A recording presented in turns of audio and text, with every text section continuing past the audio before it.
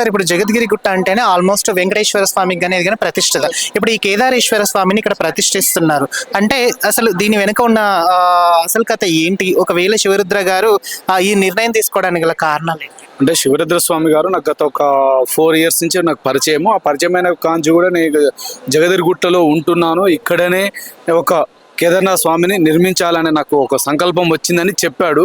కానీ ఇంత త్వరగా దీన్ని నిర్మిస్తాడనేది మనం అనుకోలేదు. గత మేమందరం కూడా విజయవాడకు కూడా మేమందరము ఒక సనాతన హిందూ ధర్మ పరిరక్షణ కోసం మేమందరం ఒక టీమ్గా వెళ్ళినప్పుడు అందరం అక్కడి నుంచి కూడా డిస్కషన్ చేయడం జరిగింది. అదేవిధంగా సనాతన హిందూ ధర్మం కోసం ఎన్నో మీటింగులు పెట్టాము. ఆ మీటింగులలో కూడా ఈ స్వామి గారు నేను కంపల్సరీగా ఈ టెంపుల్ ఇక్కడ కట్టాలి అనే దృఢ సంకల్పంతో ఉన్నాడు. శివరుద్ర స్వామి గారు స్టార్ట్ చేశారు.